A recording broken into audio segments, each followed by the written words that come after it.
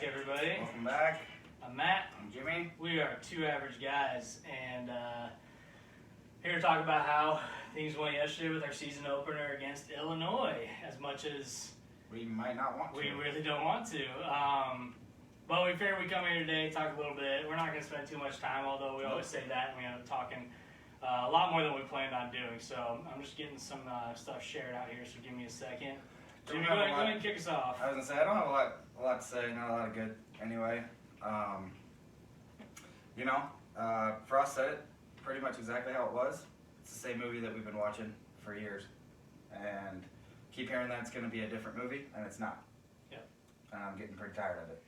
So, and he said exactly what everyone has been saying for a couple of years now, at least. Like, hey, we're seeing the same stuff, the same mistakes over and over again. When's it going to change, right? So let's start off just with everything leading up to Game 1. What was being said, everything leading up to Game 1, Jimmy? From coaches to media, everybody. That we were better at the skill positions. We were very deep in the running back room. Still a mystery at this point. We were better at receiver, which is true. We probably are. We were better on defense, which we were in the first half. But that this was the best team that we've had since Frost has been here. Yeah. And if that's true, then we're in trouble. We're in trouble. So. What's funny is like the media. Sometimes we get the media is excited. Sometimes they are kind of back and forth on, hey, they're better, they're not better, they're this, they're that. They've all been kind of similar this year, saying that, hey, like this team looks better. This team looks polished. This team looks ready to go. They look like they're one of the best teams. You got the young guys hanging out with the older guys. There's been a lot of positive from the Nebraska media leading up to this game. I can see that as far as the defense in the first half of the game. Martinez did not look improved. We had the offensive line did not look improved at all. It's pretty discouraging. I'm just kind of getting sick and tired of hearing about all these improvements and not seeing it. So the best team that we've had. This is the best group of guys, the best talent-wise that we've had in Nebraska since Frost arrived, according to him, according to a lot of other guys. And we didn't see it. Right? We didn't see it. Couple questions I had. So let's start off with special teams. Again, special teams are better. And they're not. Apparently we're supposed to have... Just as bad, if not worse. We had Big Ten Kicker of the Year last year, missed 2 extra points. And I think Mike Dawson was supposed to be taking over the special teams. Okay, you could be 10 years old and playing football. And know not to receive a punt at the 2-yard line? Why is Cam Taylor receiving the punt in the first place? It's not just receiving the ball at the 2-yard line. It is running backwards and trying to catch a ball over your head towards the end zone. Like, it's kicked over you, what do you do? Well, and I understand let it go. The first one bounced and it went out at the half-yard line. I understand that. And that's just unlucky. But that doesn't mean that you go field it at the 2 the next time. If it bounces and goes out of bounds again, then you just take it how it is. Yeah. But catching it and, whatever. But just in general, I guess we were able to kick the ball into the end zone off the kickoffs. We did. Maybe one of the positives. We have a guy that can kick the ball in the end zone, which we were told could happen, so that actually did come true. to fruition. We saw that. Punt return, get Cam Taylor off punt return. Yeah. I like Cam Taylor Britt, but he proved last year that he's not a punt returner. Yeah. He turned over the ball a couple times last year. Like him a lot. I want him on defense, though. I don't want him on special teams. Where's Alante Brown? Where's Betts? Where's Sevion? Where's Ramir Johnson? These are the guys you want returning kicks. Well, and Oliver Martin went in, and he was fine. Or Oliver Martin. Right lever. I don't care. Anybody but a guy on our defense. Well, don't put Cam Taylor in there. Yet again, the only time we saw Betts on the field was on kickoff. To start the game. I don't think I saw him again. Well, at least maybe not. I'm pretty sure he did, because as we started slipping away, down 14, down 21, we started returning these kicks to the 20-yard line when you can just let it go or fair catch it wherever and take it at the 25. You don't have to Just touch take it. the ball at the 25 every Just time. run off the field when they kick it. You don't do anything. Yeah, well, that's not I know, they I'm can kidding. pick the ball up. But Okay, you want to get the ball, but I mean, we've seen this and we talked about it the last 3 years. We're still returning kicks and not getting it to the 25. Why are we returning kicks? If we don't have the guys that are going to get us to the 25, the 30-yard line, just stop returning kicks. I get it. You catch the ball at the 5, you think you can get past the 25, but you don't. So why even try? Yeah. Again, special teams, abysmal yesterday. Abysmal. Our punter, we had a 26-yard punt. And like we had a 16-yard punt. 16. And maybe, one good punt, maybe. I think. He had maybe one or two. He had one where we pinned up. Easy. I mean, he kicked it past the 50 when we were inside the 15, so that was our best punt. But, I mean, and I think our punter, again, I've heard he's improved, which yesterday didn't really show that. But, well, he may be a freshman, and yeah. and he may be better than what we've had. I think our last kickoff couple guy's a years. freshman too. So, But so special teams, terrible. abysmal. I think we agree on that. If I'm going to grade him, I'm giving him an F. So an F on special teams all around. I'll give him a D just because we can actually kick the ball into the end zone on kickoff. Man. So so Ryan started off just talking about special teams, fielding the ball over the head, and then All-American kicker. Again missing those extra points. He was 20 of 20 last year. On extra points. Dan, he was 1 of 3. We're going to get to the QB here. I think offense is. Well, we'll start with defense, then we'll go to offense because I think offense was way worse than defense. But we have a QB candidate brought out of the barn, coach that doesn't know how to adjust and continually gets out coached. Agree. Players making poor in-game decisions. You Agreed. continue to have the same results. Everything that was in place last year is still there. Why would the results be any different? And Dan, I think you're in the position of a lot of Husker fans right now that, again, we hear we're better. We're doing things right. The culture's changing. Right now, I don't think it's not a question of culture. The culture's fine as far as what it is, but it's not a culture of winning. Yeah. And I think that's the one thing that's missing with this culture is a culture of a winning team and the winning mentality to go out there and continue to make those adjustments and battle. And I do like a lot of these kids.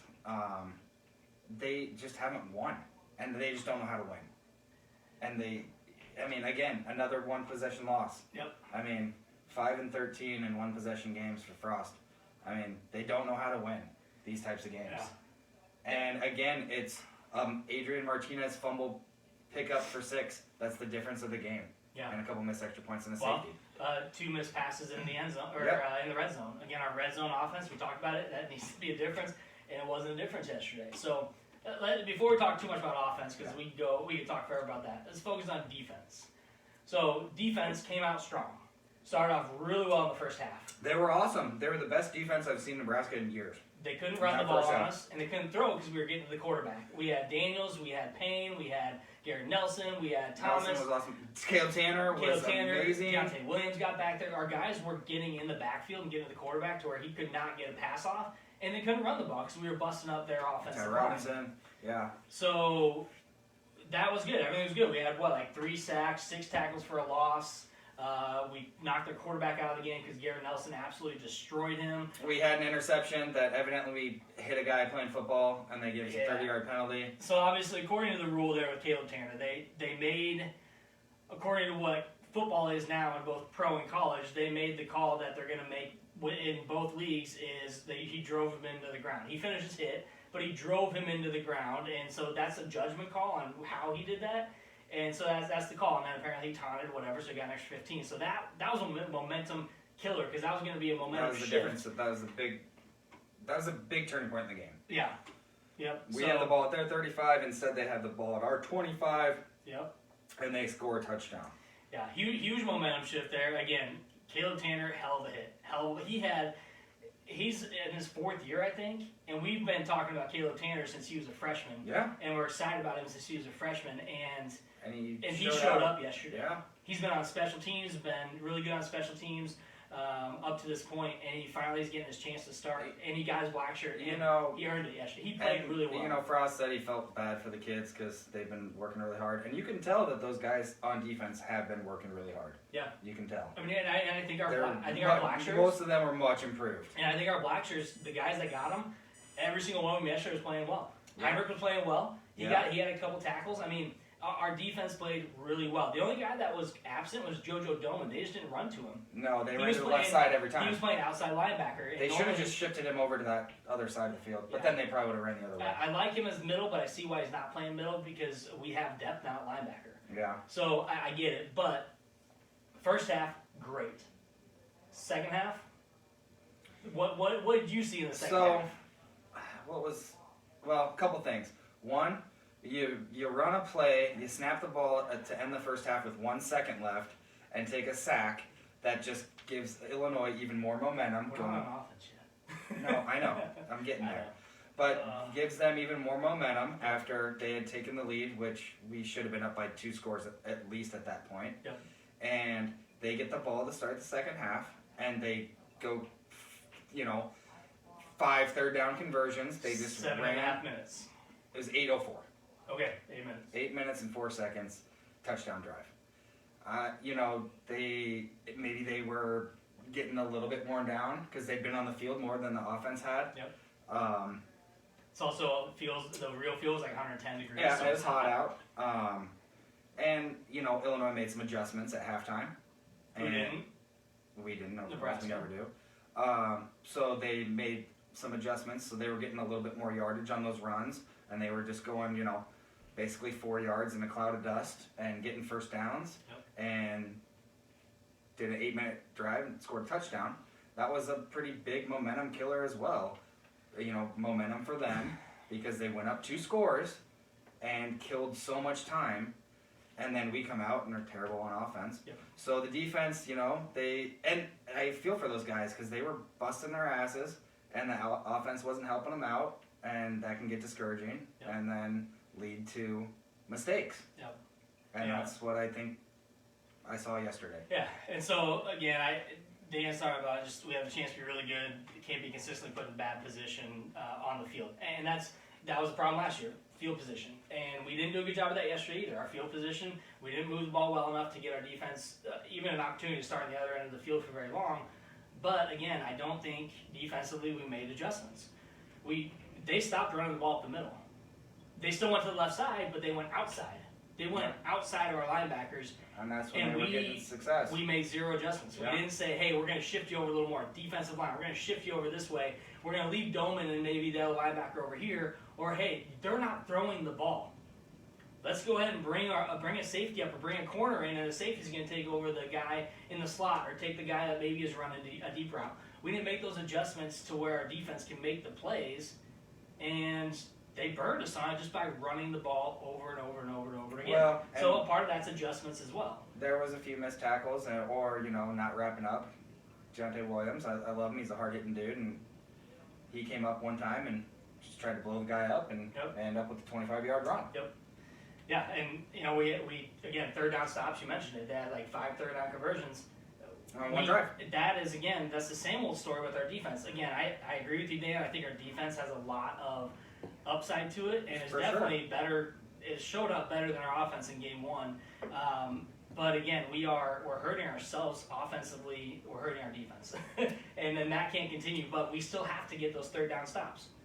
We have to get those third down. The third and short, the 3rd and 4, 3rd and 5. We got to get those stops. That has killed us for the last few years. And it's typically a quarterback keeper that our guys might have receivers pinned down, and a backup quarterback beats us again. Yep. I mean, yeah, it's just unbelievable. Rough.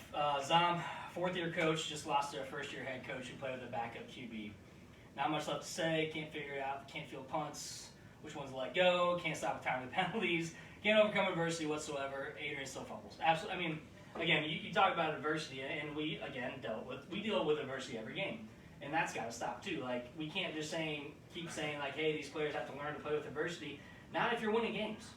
Come out fire. You start with the ball, and you come out with the drive that we had. Yikes. I mean, you get 1 first down. Adrian has a nice throw, and you're like, okay, maybe he's improved. And then a couple bad throws, a couple of 0-yard runs, and a punt. And it's just like, wow, that looked kind of similar to how the last few years have been. But it's just the first drive. We'll be fine. And then it doesn't change. Mm-hmm. In fact, it got worse. Yep. Jared mentions discipline. We've been talking about discipline for how many years? Again, dumb penalties. I will say there dumb was mistakes. 2 bad penalty calls, and I mean, I guess you can call the Caleb Tanner a rule. Yeah. They called a pass interference, offensive pass interference on us, that we were down by 2 scores, and it put us inside the 25. Yep. And they called offensive pass interference when 2 guys ran into each other. I'm not here to blame the refs for a loss, but I mean, just on bad timing penalties that we get called on. It's just Well, and they called the hold. That was rough too. But again, this game was definitely not on the refs. But a couple of things did not go our way that definitely could have helped us on the offensive side and the defensive side of the ball. But again, we played undisciplined. We had untimely penalties. We had some bad penalties, and we continue to see that. Again, Jared says we got to start holding those kids accountable for the fundamental mistakes. That's again, like, those mistakes are not on the coaches. You can't blame the coaches for a hold. You can't blame the coaches for this. That's definitely on the players, but who's holding those players accountable? What does that accountability look like? Again, we don't know. We may not ever know, but who is there another guy in line that can come in and not make those same mistakes? Because guess what? If we see those mistakes against Fordham, I don't care if we win or not, those same guys are making those same mistakes. They got to be pulled. You got to sit them. You got to bench them until they earn their way back into the game. Yeah. I mean, that discipline is ungodly how much we have made so many mistakes that are mental. It's just mental, and we're going to switch to offense now. But Adrian, I think his mental game is awful. Yeah. Honestly, it's not even his ability. He has the ability to do everything he wants to do, but I think his head gets in his way.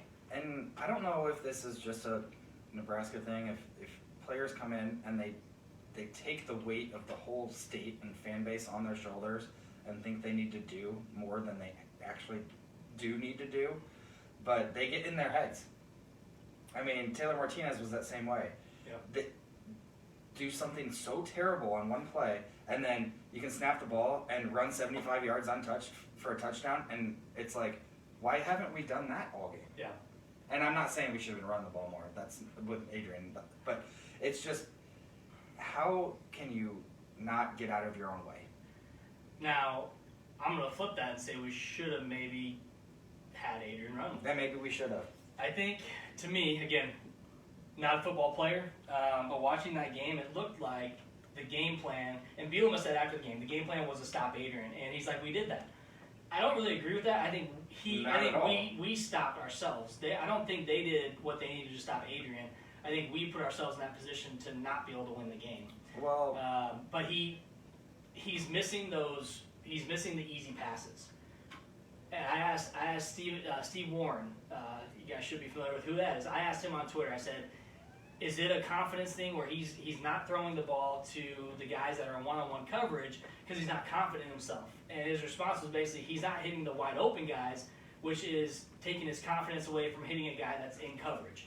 He's not even testing the defense, the corners. He's not. He's trying to hit wide open receivers, and maybe that's part of the problem. He's not hitting them, so he can't hit. He's not going to even throw to guys. What's funny though is he actually hit Oliver Martin a couple of times in tight coverage. Both times were deep. One time they went to review, and the other time it led to a scoring led to a touchdown. Yep. And those were in tight coverages. But then when you have guys wide open that could go 30-plus yards after the catch, guy in the end zone. Missed Hickman a couple times. Missed Hickman, missed Lever. Missed Allen. Yeah. You know, and they didn't get Allen. That's another thing. They didn't get Allen involved until late. Yeah. Yes, that was my preseason offensive MVP. I mean, and when they threw it to him, you know, it got chunk yardage, and it seemed easy. Yeah. Just, you know, pitch and catch. Yeah. So I don't know. So Jonathan was at the game yesterday. Said it was hot on the field. I'm sure. I mean, the real real so feel. Freaking hot here. The real feel with humidity was like 110 during the game. Yeah. So yeah, it's hot. But they're also on that field. There's even more heat coming off the field. So and they're in pads, like they're exercising. So, but yeah, I think the game plan was to not get Adrian as involved in the run game. Whether it was heat related or not, I don't know. But that's what it seemed like because you can see his indecisiveness. Once that pocket starts to collapse, the last 3 years, maybe 2 of the last 3 years, what would he do?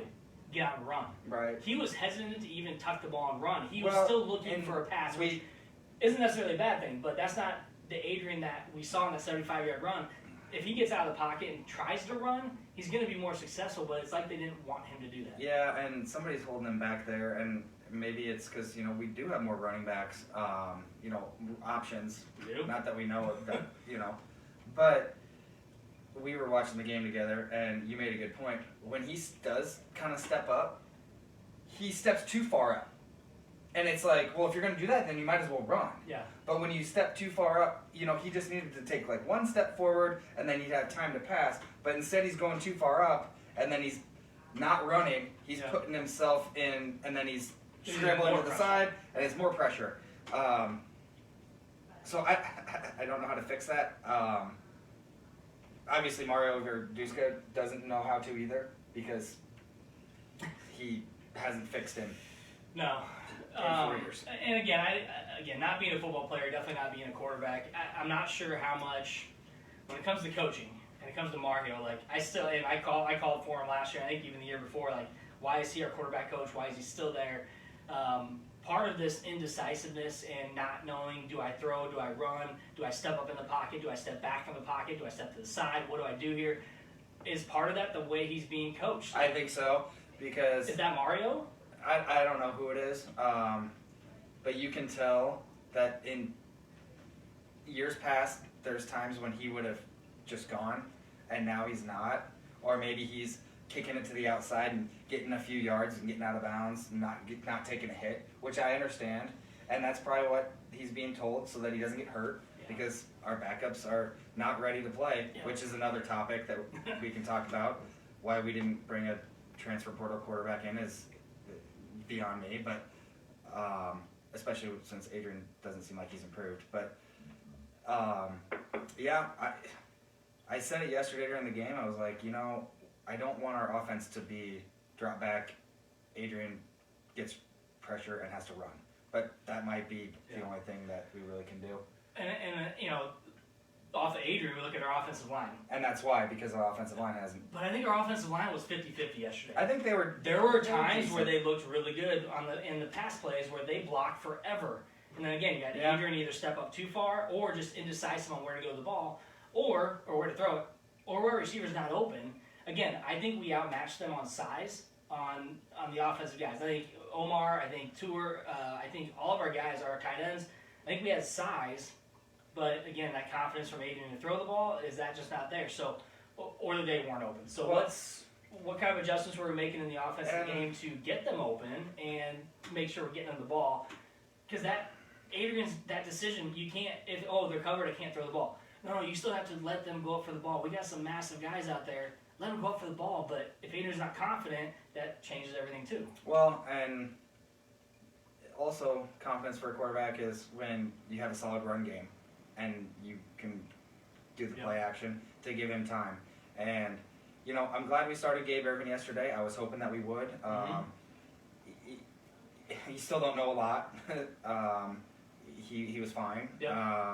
He had some really good runs. Yeah, he had some decent runs. One in particular when we were down inside the 5, and he ran us for a first down or, you know, whatever. Step looked good when he was in there. Step runs hard. He's a hard runner. Yeah, he's not going to go down at first contact most of the time. But we still just don't know because we didn't run the ball that much. And I fully when we did, it was just a couple yards here, a couple yards there, maybe an 8-yard run there. Yeah, I fully expect us to run the ball more. And we talked about it last week, preseason. We're deep at running back. We got 5 guys. Sevion Morrison didn't see the field. He was healthy. He was on the sidelines, didn't play. I mean, according to that one site, Ramir Johnson was like number 5, and he was one of the guys that played most of the second half. He played what? He didn't play a lot of snaps, though. Like, he didn't play a lot. He didn't get the ball a lot. He just didn't get the ball a lot. He was in. So... Gabe Irvin was probably in the most. Yeah, so I don't know. Like, somebody earlier on Twitter I was going back and forth a little bit on just having a conversation. They're like, they want to get rid of a running backs coach. I don't think that's the answer. We got to run the ball. And we got to have an offensive line that can open holes for him. We're not getting that either. So I understand having a lot of options and using different guys, But I also understand, when you got a hot hand like Burkhead or Abdullah, you feed him the rock. And, Stepp had a touchdown and he had a couple runs and he caught a pass. And then you didn't really see him again. Yeah. And it's like, so what's the plan? What's the I know here? he got nicked up a little bit.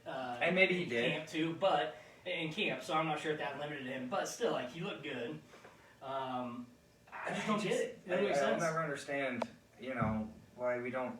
I mean, we were talking about it too yesterday. Like, we haven't really had that. Not under Frost, really. We haven't had that for a while. I mean, Dedrick Mills was a fairly consistent back the last year or two, but still, just like there'd be games when he'd get some touches in the first half, and then you wouldn't really see him much in the second half. And it's probably because we're down and you're throwing the ball more, but it's true. Still, I mean, you have to have a run game. You have to have a balance to win, compete and win in these games. Yeah. So. And sorry, we can. Sorry, yeah, someone mentioned that with Adrian not being decisive, we have a head coach that was a quarterback. He coached guys like Mariota, and he coached guys, Milton down in UCF. Why don't we have a quarterback that's decisive and that knows what he's doing? And I don't have the answer for that. I have no idea. I wish I did. Maybe it's because he's letting Mario do too much. Well. Mario, you're supposedly his quarterback guru, but I've seen nothing but indecisiveness, nothing but regression from our quarterbacks. Now we don't have a guy like Harburg and Summer. Like they're not ready to go. They're not. I guarantee you they're not ready to go. That's why I'm not so sure why we didn't bring in a transfer portal quarterback. And looking into next year, I mean. Unless Martinez comes back for another year, because he probably can he? He can. Harburg, apparently, I've heard a lot of good things about him, but I don't. The game plan, Jason says here, seems like we have a game plan and don't make adjustments. Yeah, I mean, I think that's a lot about what it is it's not. The talent's there. I see our talent up and down that line, but the one outlier, like I said yesterday, is Martinez. We have the talent, but we don't have the guy to give him the ball. And that's been kind of a killer. Ross, another season to bitch about absolutely. So far, it's been one game. Now let's reiterate this: it's been one game, and it was not a good game. The tough thing for me is, yes, it's only been one game, but you're seeing the same things we've done in the past few years, and some of it's actually worse. Yeah. And especially things that have been talked about that are better or fixed. Are worse. Yep. And that's, scary to me. Mm-hmm. I mean, that Oklahoma game in a couple weeks is scary to me. Yeah. I mean, that game yesterday is week 0, first game of the season on TV. People that have been waiting for football are like, oh, okay, this is a conference game, division game. We'll watch this game. And we look like that. Now, Omar Manning did catch some passes. And he's a beast. Like, the guy, he ran an extra, 8 yards with the guy trying to tackle him. That one pass he caught, he was a beast. But Tour had some great catches. Samari had some great catches as well. Oliver Martin was probably the best receiver that we had. But again, we didn't see it. And here's a couple things that I noticed. Andrew, I agree with you, getting beat. Getting ourselves beat week after week. Not just week after week, year after year. We've seen way too much of it over the last 5-6 years, and it's getting old as Husker fans, and even our expectations aren't that high. Our expectations are, let's get to a bowl game. Right. So and not only that. Well, and I know I texted you last night. I mean, I try not to go down these rabbit holes on Twitter and stuff like that, but there wasn't much out there. I think people have just kind of given up. I don't think it's given up. People maybe not given up, but it's almost like you're defeated. Then that's how I feel. Like, you just feel. Man, like, what else? Like, as a fan, we can't do anything. We can bitch like we're gonna do for probably a few weeks here, but we try to make sense of it, and nothing does make sense, and that's hard when you see a team that you think should be better than they are, and they go out there and they perform like that. And Ross mentioned, we haven't had such a great warm-up game. Illinois should have been a warm-up game. That should not. Yeah. Let's be real. Brandon Peters is not a great quarterback. Sikowski that beat us is not a great quarterback. We make these teams look good because we beat ourselves. He transferred to Illinois because Noah Vedral took his spot at Rutgers, and Noah Vedral left Nebraska because he didn't have a starting spot. And all those people that love Noah Vedral, he ain't a great quarterback. Like, let's just make that. I mean, I like I'm the just gonna kid. say it. I think he's a good kid. He's a Wahoo, Nebraska kid. But he's not him. a great quarterback. No. He wouldn't do any better at Nebraska. When he played at Nebraska, he played in one game and he was fine. I think it was that Bethune-Cookman game. He was fine. But, yeah, it's just getting really hard. You know, I think I said this last week. I just hadn't really had that same excitement leading up to the season that I normally do. And then when we did a show, I was actually pretty excited.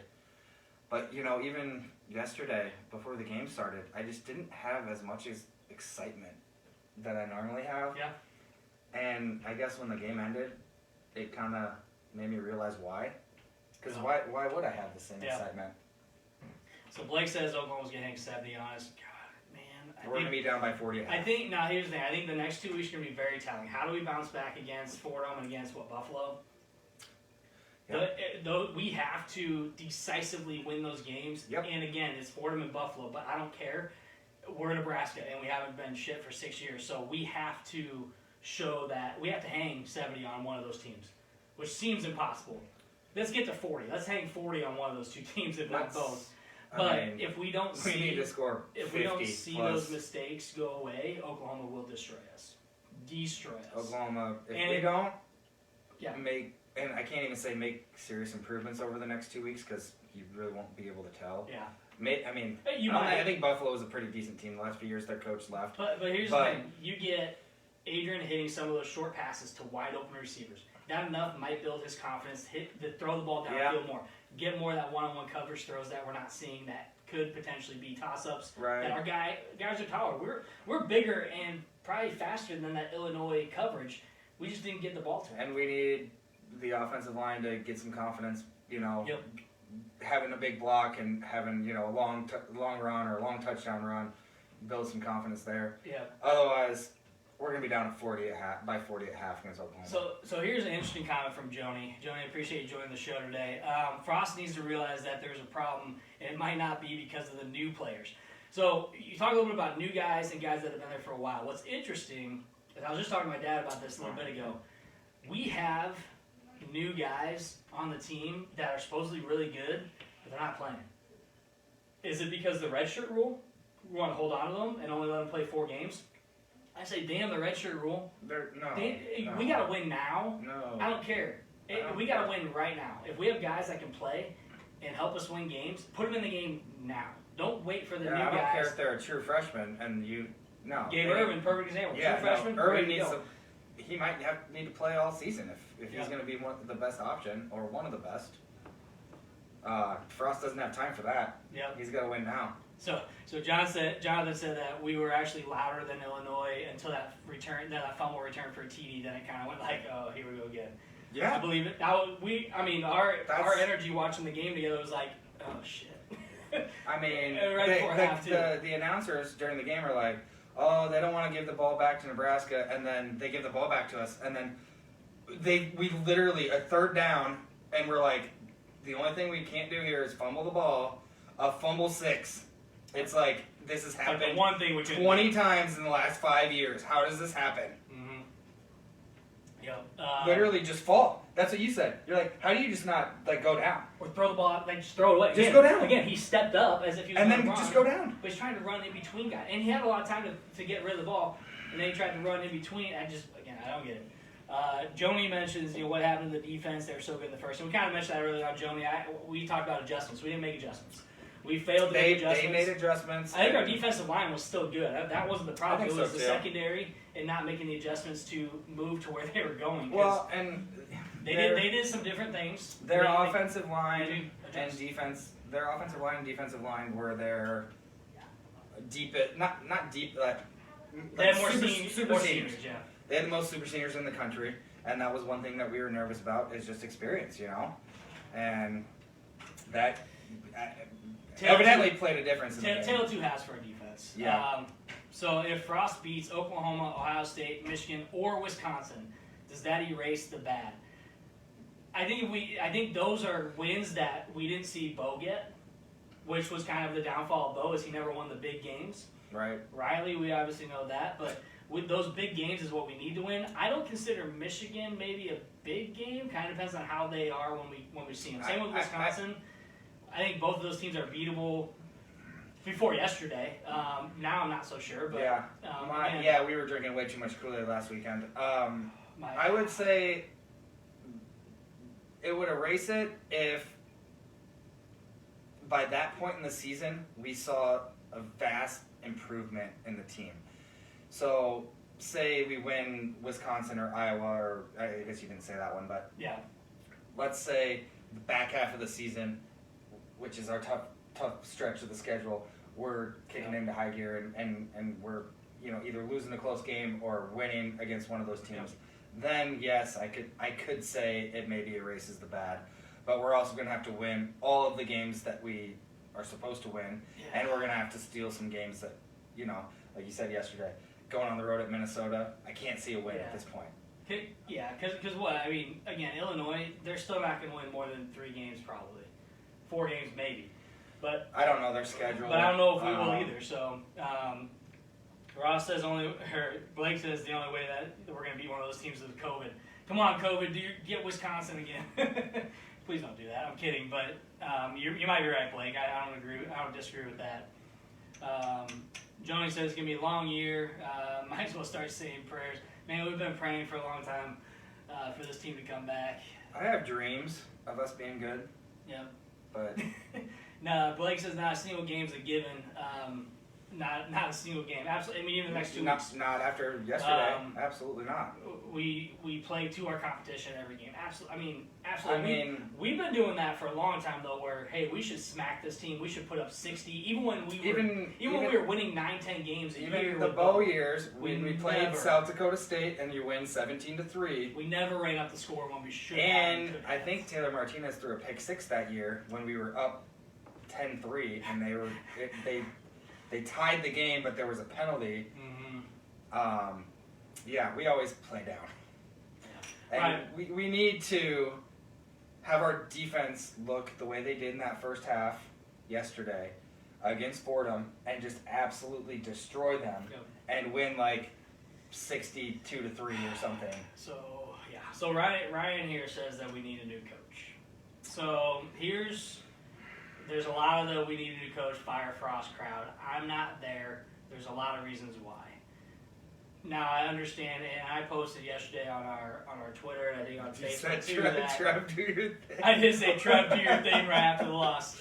That's we were heated after the loss. But here's the thing: if we win 4 games, that's it. If we win 4 games this year, Frost, his seat is burning and his ass is on fire, and he might get fired. He could. I can see it happening, but here's what I would rather see. I would rather see his supporting staff be upgraded. New QB coach, new offensive line coach, an actual special teams coach, not an analyst and cheating analyst. What was who was the girl that used to comment a couple years ago that said Shenander needed to go year 1? Oh God, a lot of people said that. No, who was? I don't remember. What her name was. I don't remember what her name was. It might have been a fake page, but I actually think that Shenander has gotten the defense, pretty good. Obviously, the second half we didn't look that great yesterday, but you do need time. You can't just bring. Yeah. But at some of these other, like you said, quarterback coach, some of these other spots, I think that's where we need to start making changes. Yeah. And I know it's just because it's too easy to say we need a new coach and we need to fire the head coach. But who the hell's going to come? And that's what I mean. We would have a massive buyout, and then not only a massive buyout, but then we're going to have to hire somebody else at a massive price because, again, facilities, we're probably top 10 in the country. And they're improving right now. Yeah, and we're still in the Big Ten, who is a good conference. So we're not going to get somebody to come here if we don't have a coach that's going to be able to coach them. And an experienced coach. We're not going to be able to hire just, hey, it's a first-year coach. Hell no. I don't know. It's going to be tough. Again, I'm not pointing towards the head coach yet, but his ass is on fire. I like that. Yeah, Ryan did mention that. We really haven't seen him engaged in the game. Now, that's tough because Frost is kind of, it's like the press conference and his body language. Like, everyone got into that. It's like, well, he's kind of always the same. He doesn't really show a whole lot of emotion. That's what They did show him yesterday.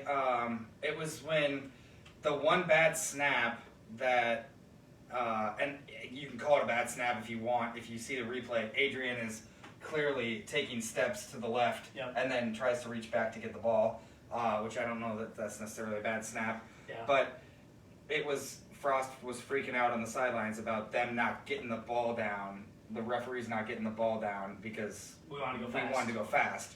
And you saw him super pissed on the sidelines, and I don't blame him for that. It's just a lot of different things.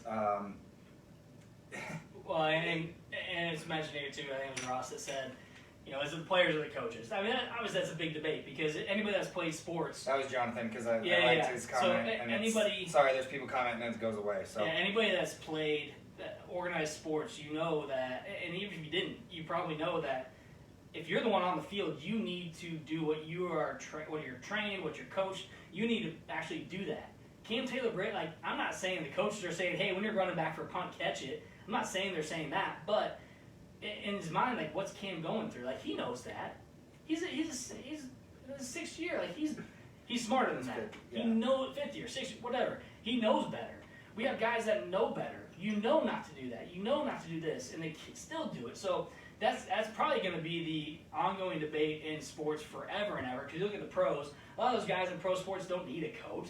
LeBron James doesn't need a coach on the side. Really? Well, and if somebody did that in the pros, they'd probably be cut.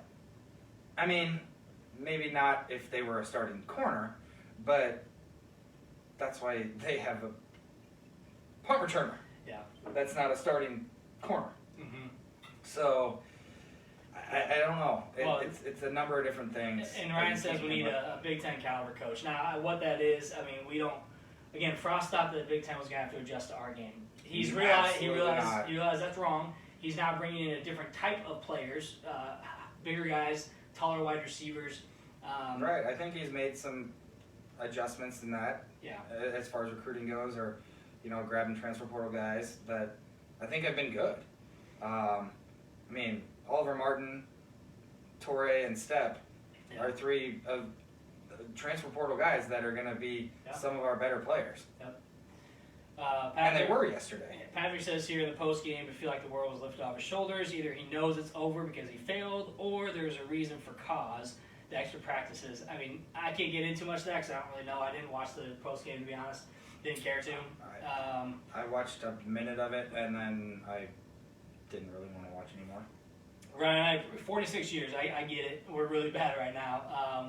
Jimmy and I were both pretty young when the Huskers won their championship. So we haven't really seen a lot of winning Huskers. We saw the Bo era. We saw the Solich. We know that. We saw some of Tomo, but we haven't seen a lot of winning either. So it's tough. What's tough, and we've talked about it before, is the reason that we're fans is because we'd get together on Saturdays and watch the game. By halftime, we were winning by so many points. We'd be outside throwing the football, kicking the football around. That my mom would have to come out and be like, "Guys, the game's back on." Mm-hmm. And we were up by 35 points or more at half. Now I'm old enough. I can't throw a football without my shoulder. I can't throw a football at all. Ross says, in your opinion, do you think Scott Frost is regretting coming to Nebraska? And if we move from him, who comes? A young incomer, an older coach. Listen, we tried if that happens. Well, first question: does Scott regret coming here? I don't think so. I don't think so because I think he wanted to rebuild this program. He had an offer from Florida. Does he probably regret that? Probably. Maybe. Because he's a competitor.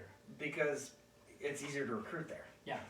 But he's also a competitor. He was a player. He's still he's a player's coach. And he's a competitor. He wants to do well. He's had success everywhere that he's been.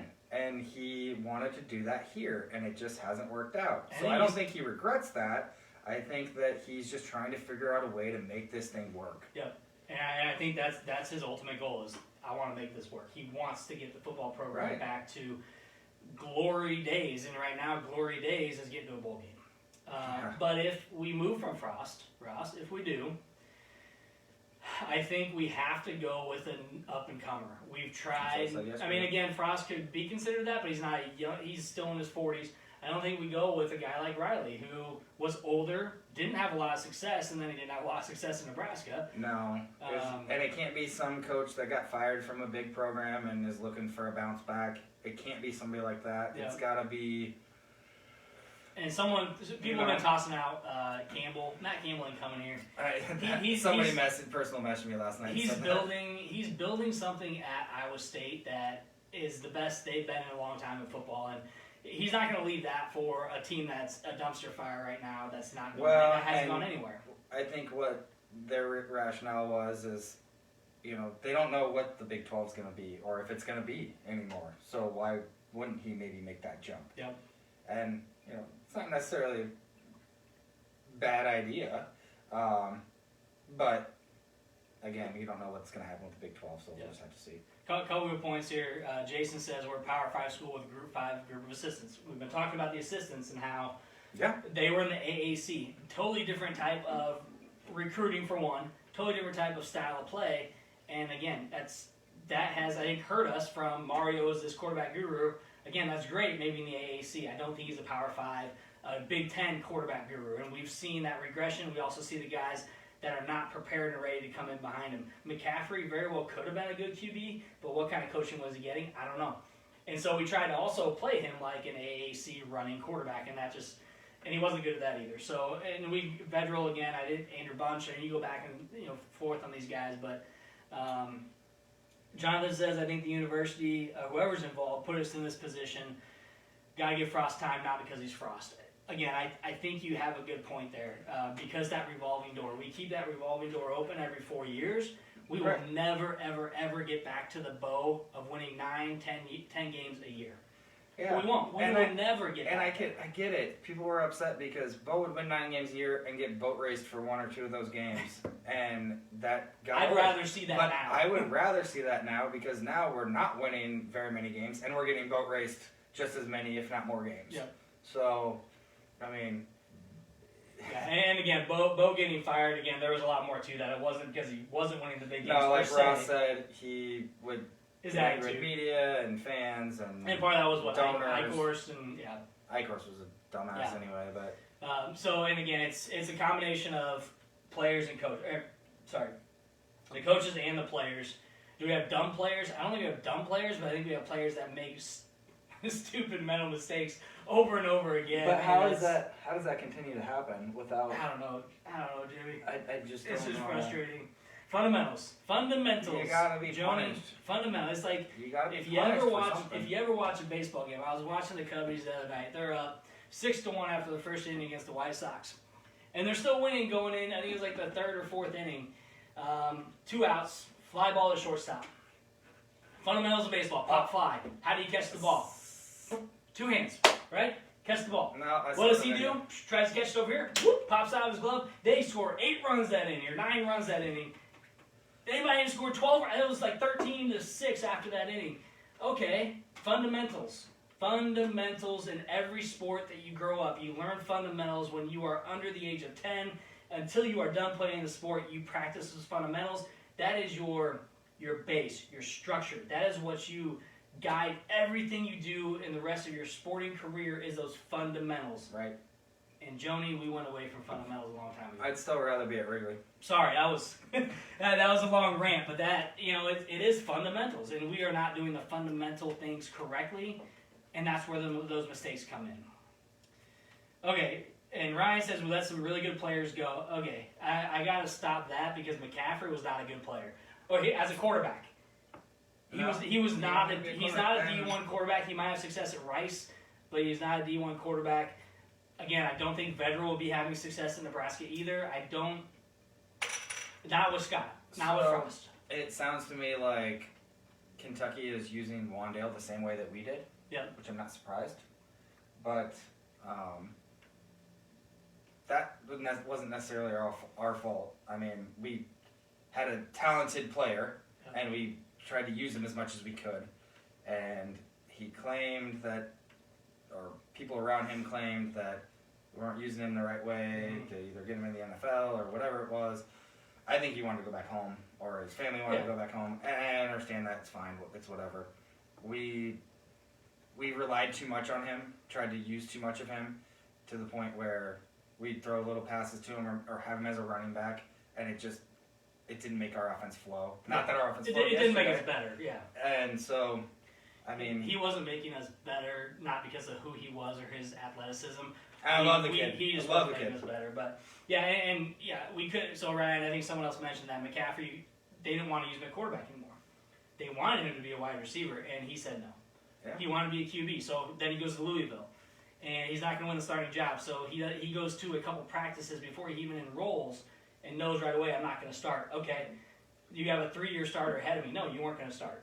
So now he goes to Rice, and Rice is the only team that's going to take him in. And everyone else saw what he did against Illinois last year. And crazy enough, he was awful. Yeah, and his decisiveness was worse than Adrian, believe it or not. But he could have success, and I wish the best for the kid. I mean, but he wouldn't have been successful as a quarterback, in my opinion. So I get it, Ryan. Again, it's one of those frustrations of losing some of those guys. A lot of times we don't hear the real reason why people are leaving, but I think with McCaffrey, I think it was in his best interest if he wanted to be a quarterback to get out of Nebraska. Because he wasn't, and believe it or not better than Martinez at quarterback, in my opinion. Eli, you mentioned that we got killed time possession. Jesus. Yes. Again, I mean, you spent more than half of the third quarter, Illinois had the ball. Yeah. And so right there, that alone destroyed us. Going 3 and out, or getting 1 first down and then punting the ball away. Illinois had the ball a lot of the game, and that's again why I think the defense wasn't nearly as good in the second half. They were on the field too much. It was hot. Yeah, and Blake, we said it just a little bit ago, Mario needs to go. I couldn't agree more. I've been on the Mario needs to go train for a couple years now. Frosty, you say he needs to trim some fat. He brings all of his AAC guys with him, a group of 5 to a Power 5. And that's kind of what we're seeing. We're not seeing they're not able to adjust to the Big Ten adjustments that are being made in-game. And we're not seeing those adjustments. Does some of that fall on Frost? Absolutely. Does a lot of that fall on his position coaches? Absolutely. So getting rid of Frost may not be the first answer. The first answer is what other position coaches can we bring in as a supporting staff to really get this team kicked in gear? Right. And if things don't change after that, then yeah, it might be time. But I agree with you. I don't think it's the right time just yet. Yeah. Titanic and iceberg. It's a good analogy, Jason. I like that. No, Ross, you're totally right. And I got 2 or 3 phone calls when I got home after the game yesterday. People were like, after that Caleb Tanner penalty, it literally, the game went completely sideways after that. And that sucks because, like we said, he was a beast, and you can tell how hard he's been working. And just one hit can change the entire game. Yeah, and again, it wasn't even a dumb penalty. It was actually a damn good hit. He followed his hit. He just happened to drive the quarterback into the ground, and that was too much. So, and Blake, that's why we drink during the show, is because then we can get it out of our system while we bitch here. We can drink, and then we can move on to our next game. So, I love this discussion. A lot of people have a lot of great things to say. I was hoping for this. We were going to do 30 minutes, and it's been an hour. So, Brad, welcome to the show. It pains me to say that 2 hours yesterday, all the hope and excitement for year 4 went out the window. Buckle your seatbelt. Good news is all TBD games are now 11 a.m. Yeah. We talked about that yesterday because we're going to be in Wrigley in Chicago in September 25th, and that is the Michigan State game. And ironically enough, that day is when Wisconsin and Notre Dame play at Soldier Field. Yeah.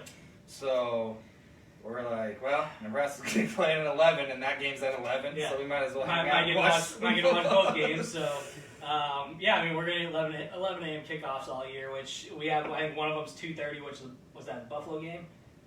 I'm pretty sure. I'm not. So either way, we're going to see a lot of 11 a.m. games, but you're right, Ryan. There's really still, still bleed Husker red. I wouldn't say it's good news because I really don't like to drink at 11 a.m. No, that's true. That's very true. I mean, we did our fair yesterday 12:20. I don't like 12:20. I feel a little bit better drinking at 12 o'clock than I do 10:30. Wait till at least afternoon. But we had Yeah, again, I think there is talent. There is talent. We have to, and we've said this for years, we have to use the talent appropriately. We have to make in-game adjustments. All right, Ross says, I honestly believe in my heart that this game is a tide changer, and for some stupid reason, we turn completely around. For some dumb reason, I feel this. Ross, that is just your fandom coming through, and I believe it. We are drinking Zipline, local. Dear Old Nebraska Dear Brew. Old Nebraska Brew. It's the official beer of Nebraska alumni. And if you haven't had it, it is absolutely delicious. It is good. It's a very First good, time nice, I tried it. It's easy, really good. easy drinking beer. So it won't knock you on your butt. You can have a few, you'll be all right. But no, I again, Ross, it's kind of how I'm feeling. Like if we come out, we don't do those mental mistakes over the next 2 games, we still might lose to Oklahoma, but maybe not by 70.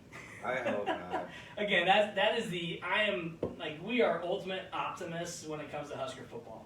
Obviously, And we that's- picked 8-4, 9-3 last week for Yeah. our record. And that is why yesterday ultimately sucked, because it really should have been one of those games where you come out and you win the game easily. Even if we won, and I predicted 34-21, so my prediction was only 13 points. So that wasn't out there, but playing for them, so that should happen. I hope so, Dan. My God, we better beat them. The only thing that we have in Nebraska, even though I live in Southwest Florida, hold on to them every day. Hey, cheers, Ryan. So someone asked earlier, we didn't get to it, but someone asked about next week. What's going to happen at our home opener? What do we see? Are we going to see a team come out on fire? Are we going to see a full stadium of fans? No. I mentioned yesterday that starting this year, we're going to start seeing a decrease in fans if we lost that game against Illinois. Does that start next week against Fordham? Yeah. It was already going to be. Even if we would have won yesterday, I think it would be. Just because pandemic, there's restrictions in the stadium. But people also weren't there last year, so I mean, shoot, I'd rather watch the game on TV, but I'm almost wanting to go just because I haven't been. You know, I don't know that I want to go next week, but that might be the game you want to go. It might actually be the game you want to go. If you want to see him win. If you want to see him win, and maybe score some points this season. Yeah. So Jason has to over under on best practice comment. I think that he's done with that. He's trimmed his pressers. He's just. Below 5 I minutes. think that's why is because the media is kind of crushing him for saying certain things, and he's just done with them. If the offense can establish an identity, Ross, I agree. You talked about this earlier. We don't have an identity on offense, and we really haven't for a while. I think our identity, we got to run the ball, but that offensive line's got to be better. Yeah. We got to establish the run. You establish the run, you establish the pass, and we have not been able to do that. It's not going to be the reverse. We can't go pass, run. It's still got to be. We got to run the ball more. And I think we have pretty good guys on the O-line. So I heard people talking yesterday about maybe making an offensive line coach change. Yeah. I mean, Turner Corcoran was one of the best offensive linemen in his class. I still think he did really well. And I think he did too. But I think I said 50-50 on our offensive line. I'm actually going to give our offensive line probably 70-30. Yeah, I still think they did pretty well, but there's obviously ways they can get better. Well, and here's the thing. Like you said, Bielema said we wanted to stop Adrian or whatever. I think they were sending it yesterday. Yep. And those guys were doing as best they could, but and I was critical earlier. I said that they hadn't improved. They probably have improved.